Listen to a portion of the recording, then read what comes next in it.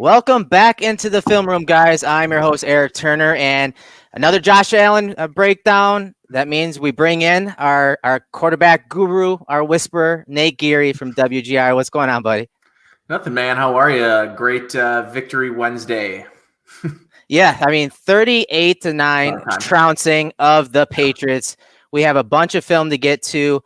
First, I want everyone to shoot us where you guys are tuning in from, whether it's on YouTube, Twitter, Facebook. Let us know where you're tuning in from. We like to know where a lot of our fans and followers are watching the show from. Obviously, we are live.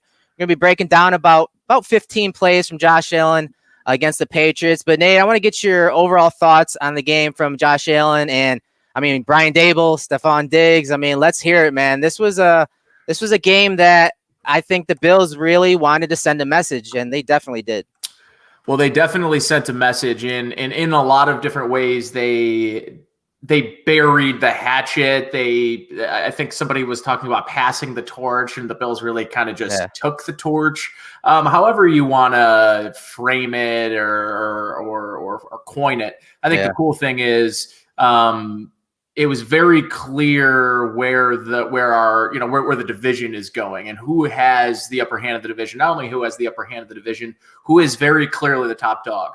And I'm hoping as we continue on, there's a level of let's enjoy right now, but also understand like this team and this organization is set up for success in the future too. Not just this season. And that's how Brandon Beane intended to build this. He wanted to build something that could win now, but also be a contender for years to come. And much like Brandon Beane said, we're sort of seeing the fruits of that now with a team that is, and a quarterback who is playing the best quarterback some of the best quarterback play this organization has ever seen. And that is not something that you take with a grain of salt. Because, there's a Hall of Famer and some would argue that Joe Ferguson is up there with one of the best quarterbacks in this franchise's history. And I think Josh Allen, from a passing statistic perspective, is having, one of the most remarkable seasons we've ever seen. And I think, with a game left, there's still a little bit of meat left on the bone. And I suspect that we see exactly what we saw last year, which is maybe the starters out there for a drive or two this upcoming week. Right. And get it to the garage. And those are sort of my expectations going into, I think, an important week to establish. But I'd like to go undefeated in the division. I'd like to get to 13 wins. That's great. It's fun to say. It's I don't know. It's fun to say 13 wins. It's fun to say 6-0 sweeping the division. I think there's going to be a level of, hey, we want to make sure we already, Cole Beasley's already a little banged up. He's not going to play in this game. So let's just, let's get to the garage completely healthy and to the playoffs completely healthy. But there's a certain level of we're the hottest team in the league. Let's not do anything to potentially slow down this momentum. And I know maybe we shouldn't all believe in momentum. We can say that we don't believe in momentum. I believe in it. I don't know if I believe in it, but I know that if you've played football, that there is this ambiguous thing that you feel it. You feel it. I don't know. I can't say that like you can put a number to it or right. That's fair. But I do think that if you've ever played football, that this when you know that you're not as good as another team, but you're winning and you're stacking points and you're scoring and you're, frankly, Eric, without the Hail Mary, we're talking about a team that it could be a double-digit wins in a row going into the playoffs. That's just insane. It's insane to me that this team is. And Eric, what excites me even more is like I'm just thinking about next year. I'm like, this is like a really good team that could really be right up there with. And you and I talked about it earlier on in the season, and some people called me a nitpicker. Some people said I was looking for negatives, and all I was really hoping for was to see what I've seen over the last 6 weeks, which is the team that has clearly looked better than the team on the other sideline. They beat the Jets 18-10, and that feels like 2 seasons ago, based on the performances that they put up against better teams, Denver and the New England last week. Like those are 2 back-to-back games where you score 38 and 49 points. Hard to poke holes in any of that, man. Yeah, and you're going to see some of this film that we picked out, and there's really not many negatives at all, to be honest, guys. I mean, Josh Allen lit it up. As you can see, courtesy of Pro Football Focus, I have some of the stats up there. 37 dropbacks. You know, he completed 27 passes. That's 75%, 320 yards, 4 touchdowns. I mean, regardless of whether the Patriots brought pressure or not, he was just balling out, man. And he's been balling out the last, month or so. Like you said, a bunch of games over the last month and a half, and they are clicking right now. And this game was great, because the offense was doing well, but the defense tightened up and really got on track too after a shaky first few drives. And special teams was going, but I just like the overall mentality, and I've talked about it the last 2 weeks now, is the aggressiveness and how that's trickling down from their coach and how that identity has changed for them. And now they're not the underdogs anymore. Now they are one of the big boys on the block. And how are they going to react to that? And it showed. While you could say with all the COVID opt-outs and all the excuses you want to make for the Patriots, they still have Bill Belichick. They still have a decent secondary, and Josh went out there and lit them up, man. So talk about maybe some of your favorite plays that we're going to break down. And do you think that, we was talk about building blocks. We talked about it every single week, and all these building blocks that Josh and the Bills offense have put on their resume and a foundation that they've built. Do you think now that Josh Allen has finally cracked the Belichick code and really showed in this game that he can now beat the Patriots defense? Yeah, I don't want to say he's cracked the code. I do want to respect the fact that Stephon Gilmore, I think, who say what you will about Jalen Ramsey, Stephon Gilmore, until proven otherwise, is still the best corner in the league. And without him on the field, there's certainly an element, and they did lose. I believe they lost. Was it Jason McCourty? They lost one of the McCourtys midway through that game as well. So while acknowledging that they weren't playing with the full assortment of their weapons defensively, and we know the story about all the opt-outs and everything else. So let's acknowledge some of that. But I do think that it's always been the scheme over individual players. And Bill Belichick has proven that time and time again by releasing people that you would just never think of releasing, like thinking back to Lawyer Malloy way back when, thinking back to, Jamie Collins before he took his dive, and then he sort of built his will back up. And you think about all these players, so many countless examples of the scheme being the true prize. And it being more about the sum of the parts rather than the individual parts. And I think because of that, I still want to acknowledge from the Bills' perspective that you're going to see teams throw a lot of these dime and nickel looks at you if you're going to throw the football and have an inability to run the football. And I think, again, the Bills proved in not having to run with volume, but run with efficiency, right. Just how much that truly can help in the play action game, how much that can truly help in your intermediate and timing passing game. But again, I think the offensive line took a stride this week against, I think, not a great front four by any means in New England. You're going to face better players than Chase Winovich and Josh Uche off the edge whenever they blitz him. So, for me, it's like the offensive line dominated, and they should have dominated. Yeah, no, they did a good job. I will say Adam Butler had been an issue for the Bills, the last few meetings. And I thought, man, they just neutralized him. They ran some of that up tempo. They ran, Josh got into his cadence a lot more, using his inflection to draw them off sides, getting up to the line quickly. And they kind of neutralized Butler up the middle. And I thought that was huge for Josh Allen, standing on the spot and making those throws, against 4-man rushes and sometimes 3-man rushes when the Patriots were dropping out 8 into the coverage. I think that really kind of neutralized any type of push that they had gotten in the past up the middle. And then I like that you mentioned Uche, the, edge defender, hybrid defender from Michigan, rookie.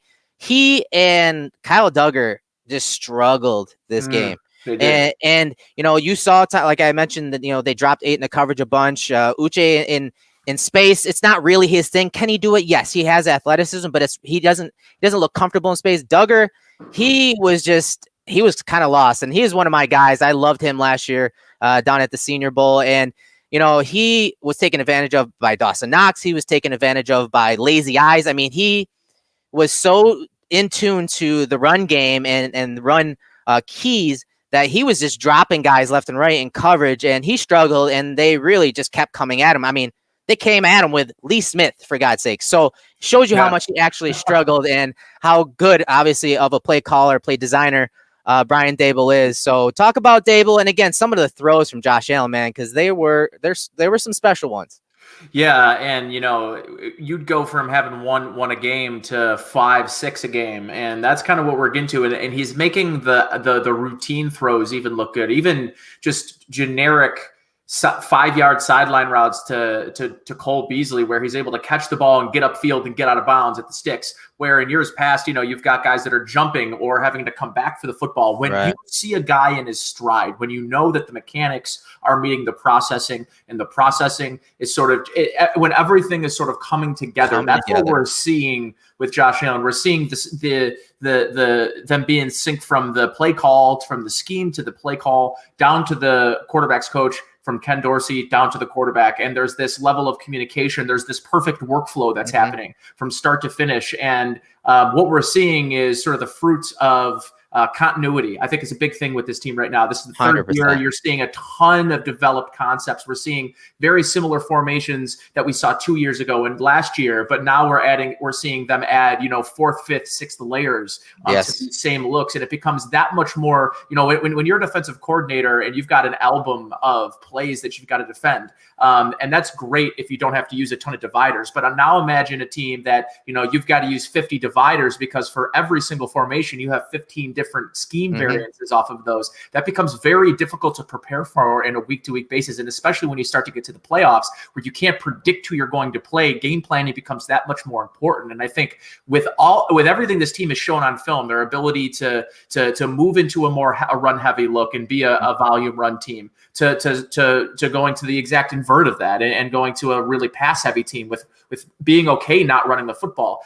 Don't give the Bills a reason to run the same play. Don't give the Bills a reason to go to one run or pass, because they're comfortable enough to do it. Like a lot of teams will say, "Oh, you we're just going to let them run the football." And if you're going to let the Bills run the football, they're not going to just start throwing. They're just going to run the football until you stop. And until they force you to change your approach. And I think that's the biggest difference between this team and of years past, is they know where their strengths are, and they know how teams are going to attack those strengths, and they've got plan Bs and plan Cs and plan Ds ready to go. And that really is like the product of years of preparation, not just an off season or a year or two. Yeah, I like that point about layers, because it's very Shanahan-like. He makes all the formations and all the plays look the same, but then he builds different variations off of it. And it's something we're going to talk about on one of the passes for the a touchdown pass to Diggs in the game. But hey, Buffwagon, appreciate you supporting us, man. You're always there for us. You're in the Slack channel all the time, always supporting us on these film room breakdowns and all of the podcasts on YouTube and whatnot. Thanks, man. Appreciate it. But I do want to shift gears here and actually get to the film, because there's a lot of good stuff I want to take a look at, and we're gonna start it off with a pass where Josh Allen just did a great job of really resetting the pocket here. 1st and 10 situation. We're early on in the game, first quarter. It's a 2-by-2 set, and just watch how Josh resets the pocket and finds Gabriel Davis down the field here in almost like a secondary window. So Gabriel Davis to the bottom. He's running a curl route. He's going to get a clear out on a dig by McKenzie. But watch Josh Allen scan to the top of the screen, hit the top of his drop, and now he resets that pocket. He has a little pressure up the middle, so he just slides to his right, but he doesn't totally escape out the right here. What does he do? He just kind of sets back right here on the logo, and now he's just waiting for this window right here for Davis to get into it so that he can hit a strike to him. And you saw this defender right here in that hook to curl area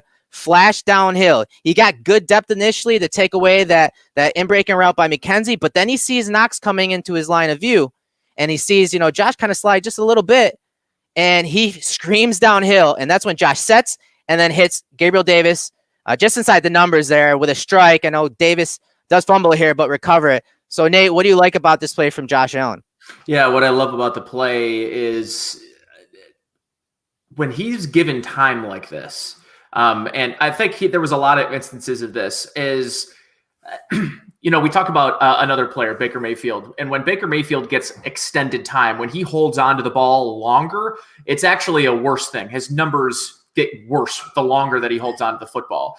And there's a lot of reasons for that, but I think with Josh Allen, what we're noticing is the longer he's able to hold on to the football, and I think a lot of that is a result of how on the same page he and his weapons are. Right. Even down to their 4th and 5th and 6th wide receivers, they're all sort of on the same page. They're all working within the same understanding. And on plays like this, I think it really sticks out to me because, he's able to extend plays not by, to your point, breaking the pocket, but maneuvering the pocket in a way that gives himself more opportunities to let guys get open. But more importantly, when teams are going to run zone, you need to be able to have this sort of time. This is how you pick apart a zone. It's not with quick, slant routes. Sure, you can have the quick passing game, and that can work, but you have to be perfect as you go down the field. And this is a lot of what we were talking about earlier in the season is, part of the problems of what the Bills were dealing with when teams running a lot of zone is they were dinking and dunking because that's what they were forced to do. And they weren't really able to allow things like this, plays like this develop. And the only way these plays can develop is if the quarterback has enough time for these windows to naturally open. And as you see here, this is not a typical window either. Not a lot of guys in the league are making this throw in the window with the defender coming across and nearly tipping it. I mean, there's just so much velocity on this ball that like even Gabe Davis is a little thrown off by the velocity. And again, this is another good example of early in a game, this throw, I'm thinking it's going to be 350 tonight. It's going to be 350 and 3 or 4 touchdowns because you could just tell in the first throw of the game how the ball's coming off his hand. It was spinning. That had a Nerf sound coming off the end of it. Yeah, no doubt, man. It was a good play from Josh Allen. So 3rd and 5 situation, next play up. We're still in the first quarter, 4:25 on the clock.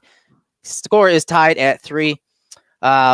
It's just another one of those plays where, poise in the pocket. It's almost like a mesh concept. Normally you'd have Knox right here kind of sitting over the ball, but he doesn't sit. He runs a deep over route, and you're going to see Josh just, settle in the pocket. This is a 3-man rush. Someone mentioned that, and it's a late rusher up the middle, so he's kind of unblocked. But, I mean, just the poise in the pocket again, and you're going to see Josh try to hit Stephon Diggs here. And this was good coverage. If you look at this coverage across the board, this is pretty good coverage. The only person that he probably could have hit was that first read in Moss kind of swinging out here. Now, why doesn't he? Because they have a peel by this edge rusher out here initially. Initially, he shows, but then kind of peels off and comes back inside, and Moss is open. But again, this is generally on a mesh concept. This is generally the first read or first guy in the progression. So he's already by him. And now you're seeing Josh, he's trying to get Knox. I mean, he's going for the home run ball right here, but not open. So now he's just, again, standing in the pocket and trying to have someone uncover. But it's really good coverage for the Patriots. And it's one of those plays where, Stephon Diggs and J.C. Jackson, you see him kind of jawing right there early on in this game. They're, going back and forth. And Jackson, at your own will, young blood. Yes. At your own will. Yeah, Jackson did a great job early on, but as soon as he started chirping, man, that really awoke the beast, right? Yeah, it certainly did. And listen, I mean, right now there's not a wide receiver in the NFL playing a better brand of football than Stephon Diggs. And the crazy thing is, he's probably going to end at around 125, 130 catches this season, which is insane. But and just for context, and I was just thinking about, how good is Stephon Diggs right now? Michael Thomas had 147 catches last year, and I'm like, holy crap, that's insane. But this is the type of volume passing offense where if you are Stephon Diggs, and he said it after the game on Monday night, he said that he really believes that they're just scratching the surface. And I was watching Get Up this morning, or maybe it wasn't Get Up, maybe it was something, right? It was one of the sports shows this morning, and they were talking about the Bills, and they said, what they were comparing who are the best duos in the league. They were using, Aaron Rodgers and Adams, which is obvious, right?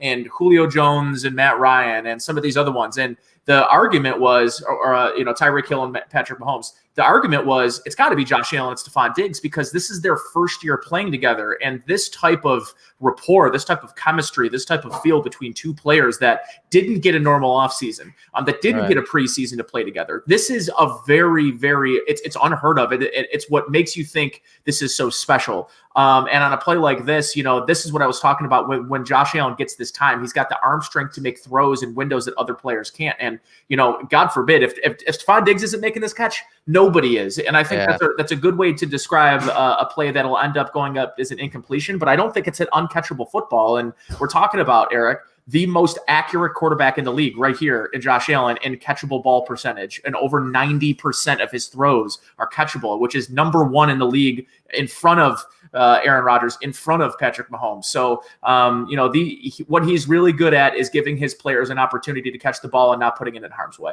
No doubt, man. So that was really one of the only negatives I could really find in this game, aside from the Gabriel Davis deep ball that kind of sailed inside. But we're not going to break that down. There's really not much to it.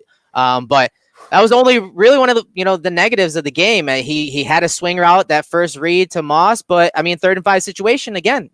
Can you blame him for not throwing that swing route? Not really. So on to the next play here, second quarter, 1st and 5 situation.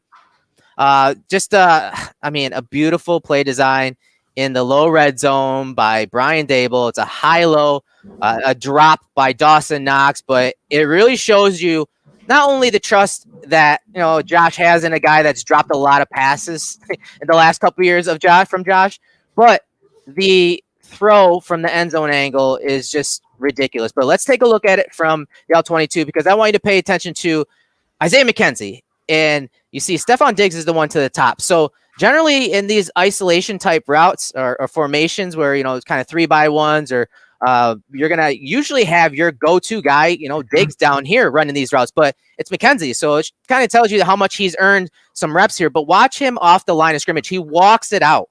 He literally walks this release out, and it's just great attention to detail there. And I'm sure, Coach Hall helped him with this, like walk it out. Why? Because it just slows the pace of the route. It just catches the attention of 1, 2, 3 guys right here. And none of them should no. You have won. It doesn't matter if it's Stephon Diggs, Jerry Rice. You've won if you get 3 defenders occupying 1 player, and you have won times 100 if the player is Isaiah McKenzie. Yeah, exactly. That's a great trade-off, a 3-for-1 right there. Yeah. So those guys, and including McCourty here, the safety there, Devin McCourty, obviously one of the better safeties in the league. He helps take away that little pivot route, that little return route, and that opens up the lane behind him to Dawson Knox. And Knox, I watched it from the broadcast, and he literally, people are saying he wasn't looking it in. No, he looked it in so much so that, it was literally going to hit him in his face mask and right between the eyes. But from the side angle, you could see that his finger dexterity, the strength in his fingers and the flexibility in his fingers, when the ball hit, he didn't catch it. He didn't use his fingers as like a web, as a catch to catch the ball there. And I think that's why he eventually dropped it. But watch this throw, guys, from the end zone angle, because it's really just a confidence throw from him. And these are throws that, he generally didn't make the last couple of years. This is a hell of a throw right here over the top of 2-3 defenders right there, knowing that he has to release it with velocity because Knox is going full speed, but also with some height on it because it's got to get over those defenders, and it just hits Knox right in the eyes, right between the eyes, and he drops it there. So Nate, talk about this throw from the end zone angle, man.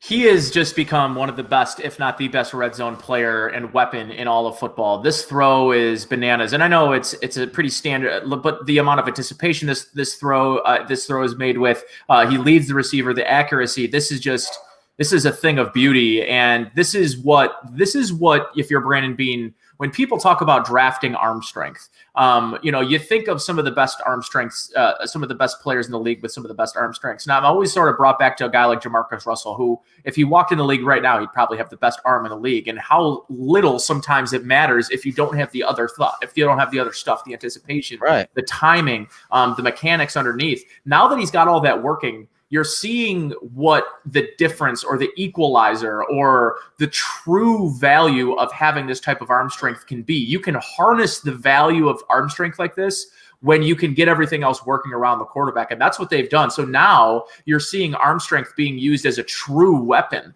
not just as this thing people talk about as, well, he's got great arm strength, but who cares if he can't hit windows? Who cares if he's not accurate? Who cares if he can't change trajectories and move the ball and manipulate and shape the football? Like, he's doing all of those things now. So now truly that we're seeing the true benefits of having a quarterback with the best arm in the league, that most teams can't truly find those benefits because all the other stuff's just not working. So that's why, to me, he is the best red zone threat in the league. And this is just another example of it. Yeah, and the play design is it's flawless. I mean, you have, some eye candy with Davis coming back across the formation this way and just kind of setting in the flats. Can we talk about the motions for a second, Eric? Like, how unique, how creative. I think too, I look at what Andy Reid and what Kansas City has done to have fun in the red zone. Like, when they get to the red zone, they're there to score and they want to have fun doing it. And the Bills have adopted that a little bit. Yeah, and you got that eye candy with Davis, then you got a pulling guard going this way, and look what that does to these guys right here. Look at these guys flash, and then this guy tries to recover with Knox over the top. And I mean, just look at all of these guys' eyes. Look at their feet. Look at the direction they're going. I mean, McCourty's eyes he's looking inside, but then post snap he's looking outside to find McKenzie. Like, they are having to process several layers to this play, and before you know it, Josh Allen's arm strength and his anticipatory throw here is hitting Dawson Knox in between the eyes, man. It's just a pretty play and execution aside from the drop, obviously, from Dawson Knox. Yeah, it's a thing of beauty. Make the catch, boy. Yeah, I know, right? And you know what? I'll give him credit, though. He did bounce back later in the game. First and 10 situation, 10-9 game right now. Bills are up by a point. And a play that, I mean, another confidence throw and another trust throw to Dawson Knox down the seam. Mirrored concepts, and you're going to see the Patriots show single high pre-snap, but then they're going to drop out into inverted Tampa 2, inverted cover 2, and the deep safety is going to drop into the middle right there. And so they're changing the picture post-snap here. And this throw to Knox down the seam over the top of this defender right here, obviously in between the corner and the safety, is just beautiful. Great eye discipline from Josh Allen, hits the top of his drop and then just threads it over the top of the linebacker at the second level down the seam to Dawson Knox. Another example of that arm strength, another example of Josh being able to manipulate the defender. And if you watch here, he takes his step back, and I was watching Mark Schofield break this play down the other day, and I loved, he sort of mentioned on this play, he gets McCourty to move to the right just 3-4 steps, and it's all it takes. And Josh Allen's using his eyes right when he gets the ball to move McCourty the 2 or 3 steps that he ends up needing to complete this pass. So he's creating windows with his eyes. He knows where he's going with the football pre-snap based on the look. He knows he's got to put enough height on it to get it over the linebacker and in between the safety. He puts it in a position that allows Dawson Knox to go up, turn around, catch the ball, protect himself from the hit across from the safety, and then land safely. I mean, there is nothing. This is as good as it gets. This is, it's as beautiful as, and I mean, they showed it on the broadcast. I think Louis Riddick and Brian Garisi were breaking this play down, just talking about the velocity of this throw, how the difficulty level. He makes these difficult throws look easy. And now when I'm on Twitter talking about how ridiculous and how amazing these throws are, people are like, that's not even that great. And I'm like, dude, you have no idea. You truly don't know how great these throws are. I mean, that is thrown with a level of accuracy, 25, 30 yards downfield on a frozen rope over a defender in a window that he created. Yeah. And, he obviously trusted his eyes pre to post snap because there was no second guessing once he hit the top. Once he hit the top of his drop, he steps into the throw immediately. And I like the catch by Knox because he knows he's going to probably take a hit going down the seam. And he catches it, but he turns his back to McCourty so that McCourty can't jar the ball out. I'm sorry, and really protect the ball there. And it almost still comes out, but Knox does a great job of securing it as he goes down to the ground. And again, just that trust in his guy. He's still going to throw it to him. He's not trigger shy, like we had seen. I don't know, maybe back to his first year with guys like Kelvin Benjamin, Zay Jones, guys like that. He's still going back to Dawson Knox because he trusts in him. He's going to grow with him. He understands that Knox is going through some growing pains. And again, just that throw. This throw is so underrated. Yeah. And I'm with you. I'm glad they mentioned this on the broadcast, and the angle that they had it on the broadcast was just even better than this. And It's just the confidence from Josh Allen that he's shown the last few games, Nate, man. It's what you want going into the playoffs. No doubt about it. That's the timing aspect of it. It definitely isn't lost. I mean, this play, to me, this is simple, but I love Isaiah McKenzie's use in this offense, the growth of Isaiah McKenzie in this offense. I think we talked about this earlier in the year, Eric, and why people were like, well, they re-signed McKenzie, but McKenzie and Roberts weren't on a lot of people's minds. Everyone's like, well, Roberts isn't going to make the team because all he does is return kicks. And Isaiah McKenzie's not going to make the team because they got Hodges, right? The kid Hodgins they got from Oregon State. And they still got Duke Williams. They got all these numbers at the position. And I said, no way. Isaiah McKenzie, he has a position that if there was a depth chart, he's the only one on it. And he's the only guy, he's, I think, number one in the league in percentages of motions used. Yeah. So this is a guy that they use, that they are literally manufacturing 4 or 5 touches a game for him. He's used as the eye candy. Defenders respect his speed and the ability for this offense to get the ball in his hands. What I love now is he is going all over the place on these motions. He is putting these defenses in a pickle and in a bind because he's motioning one way. Defenses are starting to shift, and at the snap of the ball, he's turning around and going the other way. It is very, very Kansas City, Tyreek Hill-ish, and I love that they've got a guy that they can play and plug in this role. No, I agree, man. I love this play. And real quick, Joseph Larkin, appreciate it, buddy. Appreciate you, buddy. Yeah, man. Sorry, it took me a couple minutes to get to that. No, I appreciate you supporting us and joining us in the film room and donating $17 for our boy J.A. So I love this play design again. It's all verticals concept. This was a play that every team had in the playbook last year. The Bills just really didn't have all of the talent to really run this. But I love how, it's a vertical concept. We're inside the red zone already. So the Bills are pushing the ball down the field, trying to get the big play. And generally, he's going to look down the seam. Then he's going to look down the halfback vertical route right there. And if it's not there, he's going to take that little check down, that little outlet to McKenzie. And it's great because, the Patriots dropped 8 in the coverage, but this edge defender was one of those guys that dropped out, and he has to carry that halfback vertical. So that creates that much more room for McKenzie when Josh gets to him at the bottom of the screen, and then the speed. I mean, as soon as he catches it, he's going for that first down. He's going for the front pylon there. Just great work from Josh, man. You'll see it from this end zone angle, the little eye candy, the motion, the return motion there, and looking down the seam, looking to the halfback vertical. It's not there. I'll take what's given to me, and that's a quick underneath route to McKenzie. And now I got speed on John Simon, an edge setter for the Patriots, not a guy that can really cover Isaiah McKenzie in the open field. Just good work by Dable, being aggressive, but also giving Josh an outlet underneath in McKenzie. Just good stuff, man. Like, everything was hitting. The play designs, Josh's rhythm was just so good in this game, man. Just so good. And this is the touchdown to Lee Smith, and I want to take a look at it from the end zone angle. Play action pass out of 12 personnel, just a little Y-league concept to Smith at the bottom of the screen there. You see everyone. As soon as Josh throws it, watch it from this angle right here. As soon as Josh throws it, watch him follow it up. I'm coming to get you, big boy. He knew it. My favorite is watching John Feliciano stalk him. Look at him. Oh.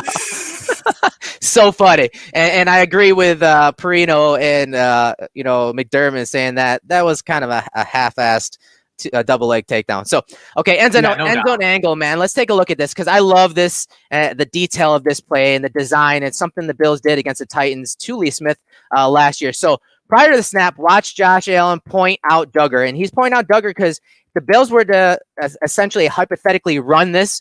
They would have to get someone to block Duggar. He's unblocked there. So they generally, this is a run again. If they would bring that wide receiver in and they would help. He would be a blocker in the run fit. But obviously that's all show. That is all show. So they bring Diggs in, and then he's, a speed out there towards the end zone. And watching it from the broadcast angle, Nate, I don't know about you, but I was like, oh my God, Diggs is open. Hit him. Dude, I said the same thing. I'm like, what are we waiting for? Yeah, he was wide open, man. Wide open. But obviously he bypasses him, and the fake block right here by Lee Smith, he sells it so well. And again, all the eyes are on the ball and the running back coming out. It looks like run. It smells like run. Probably even sounded like run a little bit with, Lee Smith and some of those guys coming downhill and play action fake. And again, Josh looking, to the right side here. He's selling everything this way, getting all of the eyes of the Patriots defenders going that way. You see 3 defenders kind of pick up Dawson Knox. I think one of those guys was supposed to take Lee Smith, and my guess would be Uche right here. But again, look at his eyes. He's reading his keys properly, but he just doesn't recognize that it is a pass, doesn't run the pass well, drops his guy, and that's how Lee Smith leaks out to the front of the end zone there off to the left-hand side of the screen. So, Nate, talk about this play, buddy. Not easy for Bill Belichick's defenses to get this confused. I also think we talked about Josh Uche. I don't think he's an off-ball linebacker. I think he's probably playing out of position, and this is a good play to sort of represent that. And I think the eye candy again, the movement where the leverage of the offense is taking you. Everything you're thinking right, and if you're moving up because of the play action fake, well, after the play action fake, you still think everything is going to the right or your left as the defense. So yeah, I mean this bad boy opens right up. You gotta love Lee Smith. Because he sort of has a really great play fake himself, right? Like his run fake where he run blocks there. It's so good. He sort of keeps his legs moving like he's pad low. Like he's blocking. Yeah, pad low. Like that's a really solid fake. And during the playoffs, we'll see if he can have this sort of luck. But this is a nice play to pull out when you want to scheme up a nice touchdown. Yeah, man. Again, if you're scheming up 2 receptions for 31 yards, Lee Smith and a touchdown, I think you've had a pretty good day as a play caller and play designer. Yeah, that's like if you get multiple catches from your offensive tackle. Yeah, you're doing something offensively as a play caller. So Paul Sweet wants to know: do you think the run game is sustainable enough to move through the playoffs? Nate, I'll let you answer that, bud. Thanks, Paul. So it's funny. I don't know. I was on the Rock Power Report. We love our boys. Oh yeah. Okay. So Drew said to me, because he's bitching and moaning about Brian Dable. Come on, obviously. He Good says Lord, me, still. So this is what he says to me. Yeah, but you got to be able to run in the playoffs. And I was like, yeah. I was like, well, why? And he was like, well, you got to be able to run. When defenses, and I'm like, but why do you have to do something different in the playoffs that you haven't done all season? If you've won by throwing the football, Aaron Rodgers, Devontae Adams had 145 yards and 3 touchdowns, and you couldn't see the yard markers in the game because of the snow. Listen, this team's a throw-first team.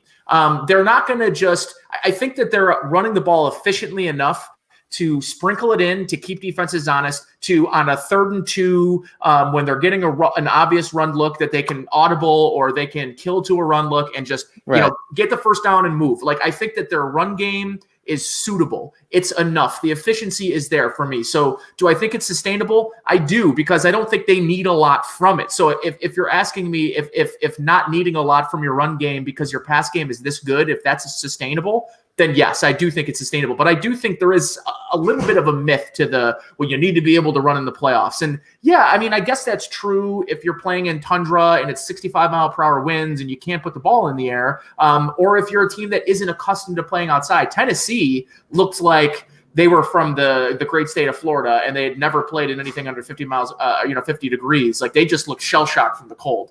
Right. I don't think that's the Bills. I think if the Bills get in this situation, if Green Bay gets in those situations, they're going to be them. They're going to do what they do well. They've got guys that can get open. They're used to playing outside in the cold. Needing to run the football more in the playoffs doesn't make any sense to me. I think they can just be who they are, and I think what they have is a sustainable model to win a championship. Yeah, and real quick, if they need to run, I think they'll be able to run, and I think with how explosive their passing game is, and with the mobility of Josh Allen and his ability to extend plays and with his legs and actually just run it, I think that you got to count that. You got to count some of the screen plays. They're one of the heaviest screen teams. Like there are other areas that are technically not their run game, but factor into a run game and factor in to moving the chains and controlling the clock. And that's one thing I talked about last night with Chris, was that their time of possession, they've been so good at it, and they're not running the ball. And a lot of people don't care about time of possession, but it does factor a lot in the playoffs because, if you're not getting a lot of drives because the other team is, controlling the clock and you can't get those explosive plays and it's a closer game, that margin for error when it comes to an inaccurate throw or placement throw from Josh Allen, then it starts to creep up. So I understand the thought behind it, but the Bills' play action game has been fine without a run game, and Josh Allen can scramble whenever he wants to. That is, again, another factor in the run game. So I'm not too worried. So we'll move on to the 50-yard touchdown pass to Stephon Diggs here, a play action pass that, Diggs and after the game and Josh Allen after the game said that they were trying to get this to Gabriel Davis on the deep post here. But the safety McCourty didn't slice like they expected. They expected him to kind of drive on this in-breaking route from Stephon Diggs and then sneak this guy to the post right there, kind of like they did in prior weeks. Josh and Davis did not connect on it. But McCourty stays deep, so Josh just hits Diggs in the secondary window. And I think the pump fake from Josh, you'll see it from the end zone angle, the pump fake is really to Diggs. It's not to, Davis deep. It's to Diggs because he wants, as they said after the game, he wants McCourty to drive on the shorter crossing route so that they can get the explosive play to Davis. And he would have had a big play had McCourty not driven deep here with his brother. But obviously Josh just reloads and really doesn't have his base. Throws a dart right past Duggar and on point, and then it's off to the races for Stephon Diggs. Sorry, my cats are doing a UFC in the background. No, what I love about this play too is he throws this right as the defender's about to make contact with Josh. So he holds this thing last minute, makes the throw. It's a dime nonetheless, but yeah, what I like about this play too is the window that he makes this throw is not exactly a small window either, especially because that defender is starting to peel off. He knows he's got to get back into position to try to defend this play, but he throws it. He holds onto it long enough that he gives Diggs a chance and an opportunity to take it and take it to the house. This was their longest pass play of the year, and it's 10.5 air yards. Yeah, it's just that little shoulder fake. Just watch what it does to McCourty. He's caught in a bind here, man. And single high look. He right there. He's like, okay, do I drive on it? No. He flips his hips, goes deep, and then Josh again just reloads that ball. And he said after the game, or maybe it was even today in his presser, that he held it a little longer than is normal here. But when you have a big quarterback like that with a guy with this type of arm talent that can make the throw under duress, take that hit. And really it's not even that big of a hit because he's able to get rid of it so quickly that defender's like, okay, I can't lay into Josh Allen on this play. And it's just on point, man. Just, spectacular arm talent from Josh Allen and Stephon Diggs telling JC Jackson deuces for the touchdown. Just such good stuff from Josh Allen and Stephon Diggs in this game, man. So, okay, so I want to set up the little screen play that I remember, that screen they threw on the bunch set to Diggs to the top of the screen from the broadcast angle, Nate, where he just drops his arm down and somehow gets it to him. I'm going to set that play up and show you how Dable set it up. So this is that trips bunch look. It's a nub tight end look right here with Knox in a 2-point stance on the line of scrimmage. And this was an 11-yard gain, just a zone read from the bunch set. That it was a really nice gain from the Bills. And so later on in the second quarter, top of the second quarter, you're going to see that very same look. Trips bunch set, nub to the bottom, and this is the touchdown. You see Josh kind of motion out there, thumbs up, and that's because you'll see they got 3 guys to the top of the screen. So there's 3-on-3 to the top of the screen. On that last play, if you look, there's 3 guys to the top of the screen, right, Nate? So there's really the Bills have no leverage on either of these plays. And so Josh just gives a thumbs up, hands it off to Moss there, and Moss scores. Okay, so let's get to the screen. And this is in the third quarter. And again, bunch set to the top, nub tight end to the bottom, and it's now they get their look. So now there's 3 guys up top, a 3-on-2, only 2 defenders to the Patriots. So what is Josh going to do? This is an RPO, inside zone RPO, paired with this little screen right here. And so you see the offensive lineman, it's an RPO. They're all blocking. They get the advantageous look and numbers look to the top. So Josh just somehow gets his drop is insane. Hips around, and that's an easy gain to a guy that was feeling it after the catch there, right? So talk about it, the mechanics of this throw, the difficulty of this throw from Josh Allen, and a simple screen. You want me to talk about mechanics that I could never actually do myself. So I that would never be taught because that is such it's his ability to show the play fake left then to getting right is going to be such a big tool for this offense, especially when they get to the playoffs. And we're talking about, can their run game be efficient enough and to sustain kind of what they've got going on. Well, how about these plays, these extension of the runs? And if you're going to be able to run out of these looks, you're going to force defenses in, back into the box, and you're going to get those 3-on-2 looks. So this is just a great example of, 3 plays, 3 successful results, and you finally get the play that you wanted to Diggs on the outside. And I mean, they're averaging on this RPO play, 9 yards a play, 8 yards a play. I mean, that's the kind of success rate. And again, I talked about it right in the offset. If you're going to give the Bills looks, they're especially with looks where they have multiple options on a play. Yes, they'll just continue running those at you ad nauseum, and they're comfortable enough. They know that it works, and they'll nickel and dime you all the way down the field. 10 yards in a cloud of dust is a great way to be living. Options for Josh Allen with his traits is a scary thought for a defensive coordinator.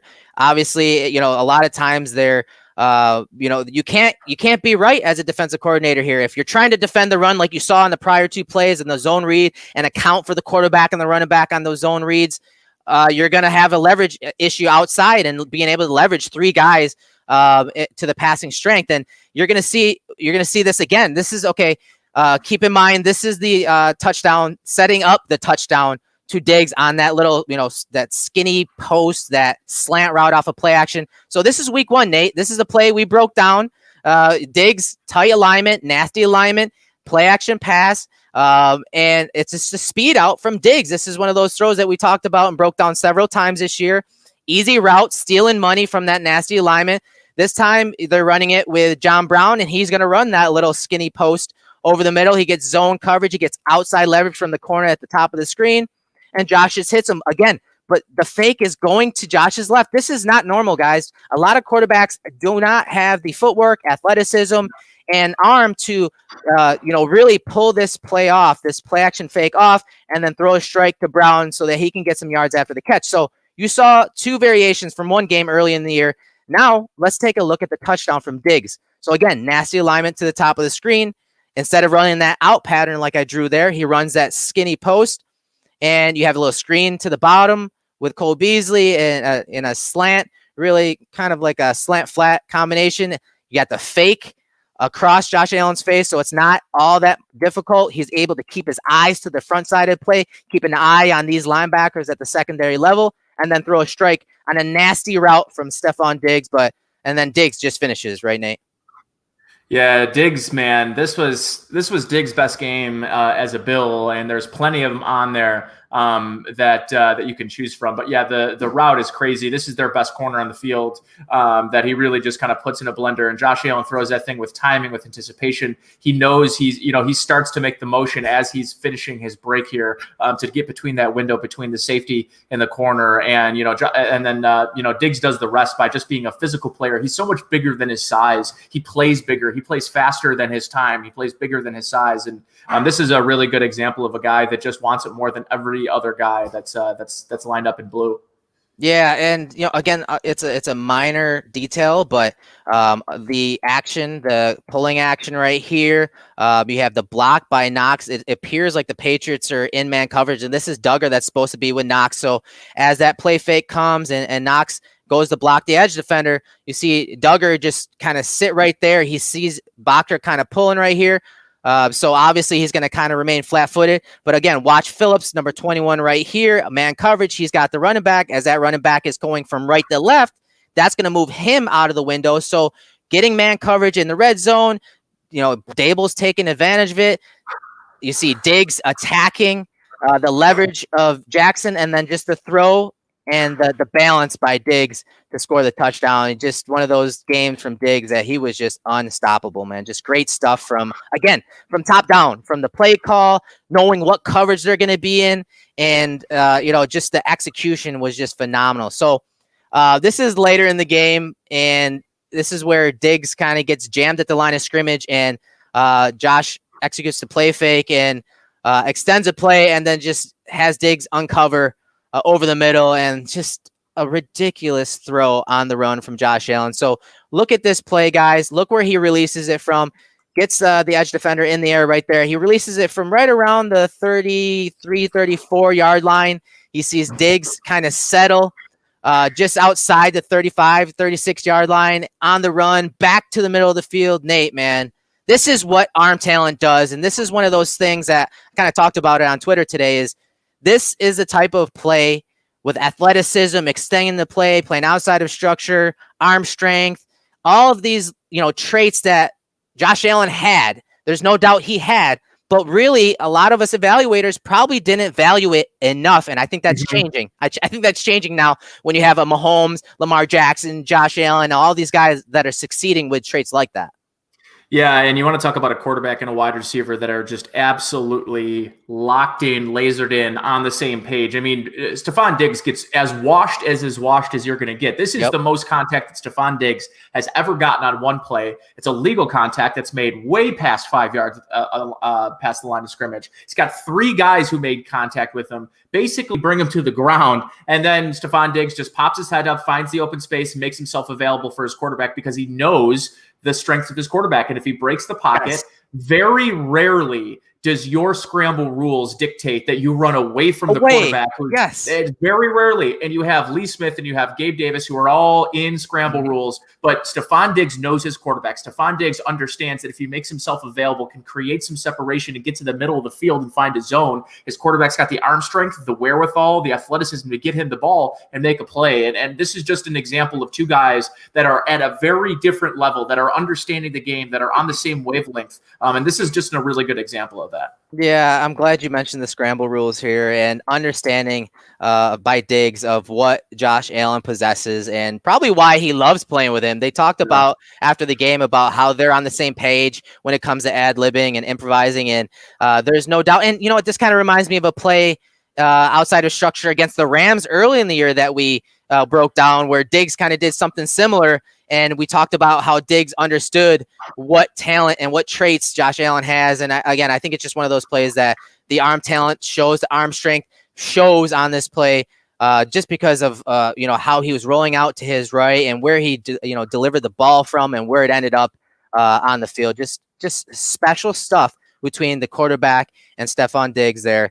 Good stuff by those 2 right there, man. I loved it. You should have dubbed this up next to the play on the second possession for the Patriots when Cam Newton was rolling and then was running towards Jacoby Myers and then threw it at his feet. And just to see what life on the other side is, like, imagine being the fan base that has to watch Josh Allen make that throw, and then on a possession, a couple possessions prior, have to watch Cam Newton throw at a guy's shoelaces. Just the difference in players right now. This play is my favorite play from the game. This might be my favorite throw of the season, and that includes the one that went over Fred Warner that everyone loves so much, myself included. This is my favorite play. This is my favorite play of the season. This might be my favorite play of Josh Allen's career thus far, and anyone who doesn't think this throw is insane. And I know that he likely sets himself back up. He's not necessarily rolling, but he's falling away. He has set his feet, and this is just one of those throws where my guy's better than yours. I know my guy's better than yours. All I need to do is throw it. And the most impressive part was the location, low and away when you're falling away.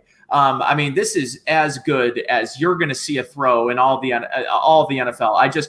There are 2 guys that make this throw. It's Mahomes and Allen, and it's just a wild, wild throw, an unbelievable catch. Stephon Diggs is so good at these. If you want to talk about a specialty, we talked about the sideline throws. When Josh rolls out to his right on those sideline throws, he's almost undefendable. Well, talk about a scheme breaker. Talk about a tendency breaker. Everyone knows Josh Allen wants to roll out to the right. Well, we're going to have our entire line. We're going to have all of our motion, all of our leverage go to the right. We're going to make this look like a rollout to the right just for him to turn around like in a Kansas City play, go back to the other side, and go against all his tendencies. I mean, from a play call perspective, it's great. From an execution perspective, it's great. From a throw, from a catch, I mean, these become really impossible in the red zone if your receiver can make catches like this, get the ball in his hands, turn his body, contort himself in a way that protects the ball and doesn't let it hit the ground. This just becomes undefendable. And he is covered, Eric. He's covered well. The throw is as perfect as the throw could be. The catch is perfect. This is a thing of beauty. They should put this in. They should put this GIF in Canton. This play is just unreal, and I'm curious to know if this is Diggs kind of ad-libbing here? Were these routes all supposed to go back towards the middle of the field, or if this was supposed to be kind of like an isolation route with Diggs right there selling it and then going back out? Because obviously the half roll back across the field against the sprint protection to the bottom of the screen, that was planned. But this play reminds me of a throw to Cole Beasley on a flood concept against the Steelers last year. They kind of did the similar thing, got Bud Dupree to come down the line of scrimmage so he could loose contain, and then Josh roll out and threw to Cole Beasley, but it wasn't this type of throw. I mean, again, the athleticism by Josh here, and he's, as soon as he turns right here, he gets on his horse. He's not just, 60, 70, 80% running here. He's going full speed. And when this was happening live, I'm screaming, throw the ball away, throw the ball away. And all he does is just quickly flip his hips from the 22-yard line to the back line, 9-10 yards deep in the back of the end zone. This is bonkers. This play is just bonkers. And again, I wish they would tell. I think someone asked today in the presser whether this was ad-libbed or planned this way, and Josh didn't give it to us. But again, that eye candy. So here's Beasley kind of messing around with the defense right here. Hey guys, look at me. Who's covering me? Is this man coverage? Is this zone coverage? And you see the defender pass him to 25 right here. And it's similar to that Diggs play where they kind of, got him to the flats real quick and then leaked out Lee Smith.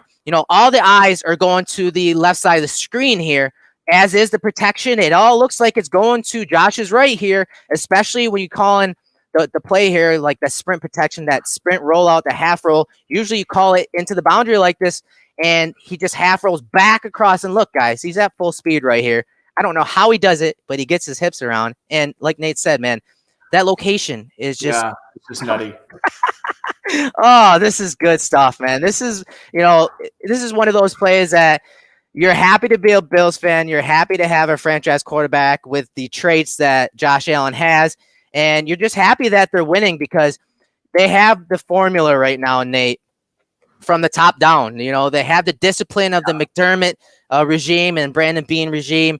They have the creative play styles and play design of Dable rolling right now. They have that, assistant staff that is working and staying on top of Josh and his mechanics and being his eyes and ears on the field, up in the booth. And it's coming together, man. We talked about it every week. Those building blocks, those hurdles that Josh Allen and this offense went through throughout the whole year, we're seeing it all come together over the last month or so, last half of the year, and it's been a special run, and we hope that obviously it can continue into the playoffs, right? Yeah, and there's really no evidence that it won't.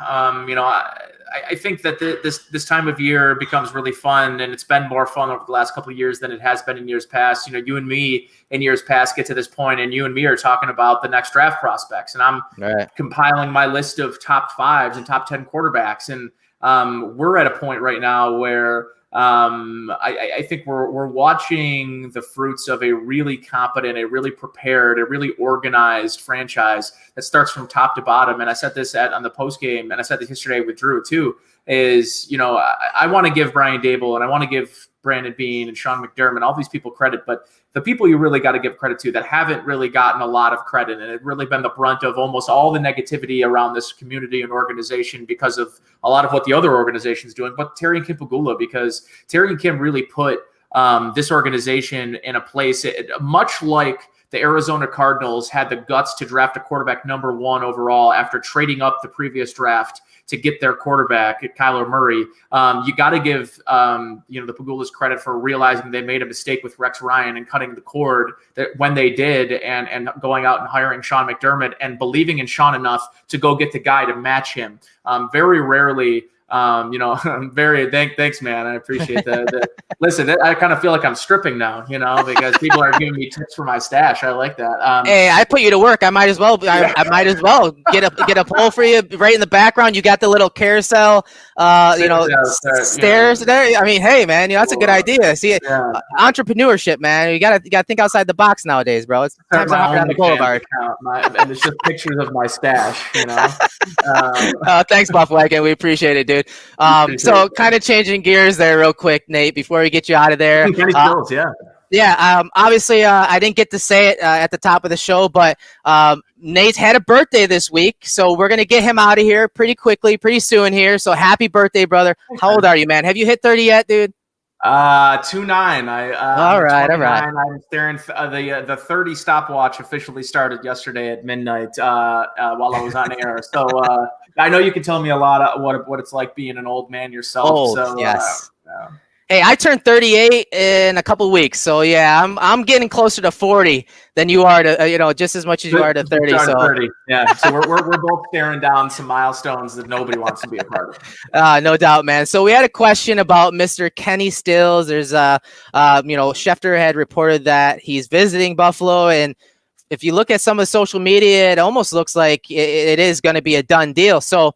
Do you have any thoughts on Kenny Stills, maybe what he can add to the Bills offense? And, obviously, Cole Beasley being week to week, banged up, John Brown coming back. Obviously, they're going to have to kind of work him back into the offense. What does a guy like Kenny Stills bring to the Bills offense?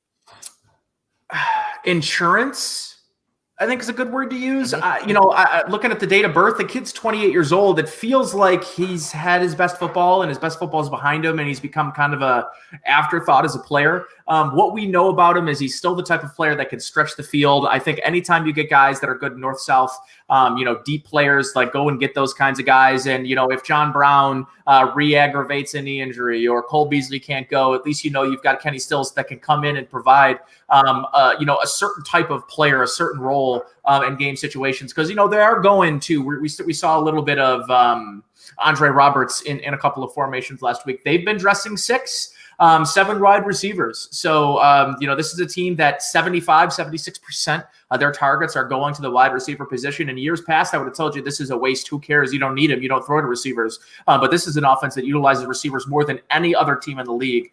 Therefore, I say it's a good signing. Yeah, I think with his speed, he still has some good route running skills. I think his versatility is why they want to bring him in. He can score touchdowns. You see, he only had 1 this year, but 5 last year, 6 the year before, 6 the year before, 9 the year before that. So I think he can get in the end zone. I think he has versatility. If we look at some of where he aligns on the field this year, he's been 100 snaps out wide, 65 in the slot. If you look at last year, kind of get a better idea. He obviously played a little more last year, 450 snaps out wide, 263 in the slot. So you're seeing that trend of he can play outside, he can play inside, a la John Brown. Obviously, Cole Beasley is more of a slot guy. So if they are without him for a few weeks, it'll be harder to replace. But yeah. But I do think that getting a guy with the versatility of Kenny Stills, it's great insurance, first of all. I think he'll fit in well. And I assume that the transition for him is a little smoother than just some random free agent because he comes from the Texans most recently, playing that Bill O'Brien system that was, yes, curated to Watson, but it's an EP system, EP terminology, I imagine, coming from the Patriots. So I think that transition may be a little easier for a guy like him. And from what I remember, it's his route running, his ability to stretch the field, those deep out routes, those corner routes, those alert routes, the field, shot call. Yes, very involved, and I believe he's actually a decent blocker too. So he's got a little bit of everything. He's a very competitive guy too, from what I remember. So I think it's good insurance for the Bills. Obviously, we don't know the exact details behind Beasley's injury. Hopefully, it's nothing serious because that is obviously going to affect the Bills. But you saw, Diggs take over here in the last month or so, and so when you get to playoff time, they're going to be force feeding that guy. Like as much as Beasley is that guy in the slot, Diggs better get 10 targets in every game they play in the playoffs. So I think getting a guy like Stills it's a good thing. I don't think it can be a bad thing. It couldn't hurt the offense, and I think the transition will be pretty easy. So with that said, Nate, happy birthday, brother, and thank you for joining me in the film room. Guys, wish this dude a happy birthday, and I'm sure the wifey's cooking up something nice for you for dinner tonight. So enjoy your birthday, guys. And thanks for everyone for tuning in. Greg and Aaron are going to be going live here in a couple hours with their Wednesday preview, kind of talk about Cuomo and what he talked about in his presser today, having guys in the stadium. Are you going to be able to go to the stadium as media? I haven't really read anything about that. Is media going to be covering the game with the fans, or? So typically the media has been at the stadium for home games. Okay. Socially distant in the press box. I have not been at the stadium all year. And I'm pretty sure there's still pretty strict COVID protocol. So I probably won't be going to the stadium this year, unfortunately. But yeah, it'll be great for some people to be in the stadium at the very least. Thanks, fellas. Appreciate the shout outs. All right, Nate, man, get you out of here. Guys, I'm Eric Turner. That's Nate Geary from WJR. We broke down Josh Allen's film against the Patriots. He overcame the Patriots hurdle, the Bill Belichick hurdle. Great breakdown. Thanks for joining us. We will see you next week.